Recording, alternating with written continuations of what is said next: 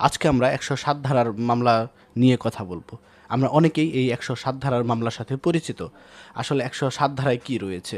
এটা হচ্ছে ফৌজদারি কার্যবিধির ১০৭ ধারার বিষয় মূলত। এখানে একটি প্রতিরোধমূলক ব্যবস্থার কথা বলা হয়েছে।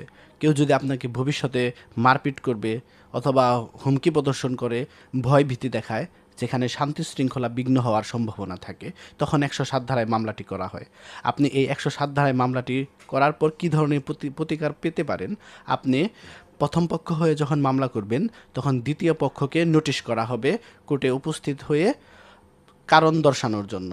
তিনি যখন কারণ দর্শাবে, তিনি সেখানে উল্লেখ করতে পারেন যে ১ বছরের ভিতর কোনো প্রকার হুমকি প্রদর্শন করব না, মারপিট করব না।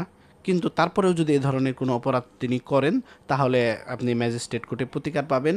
এবং এই যে একটা বন্ড দাখিল করবে, যেটাতে মুচলেকা বলে, এই মুচলেকায় যে বিষয়গুলো বলছে ১ বছরের ভিতর মারপিট করবে না, হুমকি দিবে না ইত্যাদি, তখন তার সেক্ষেত্রে ৫,০০০ টাকা জরিমানা হতে পারে।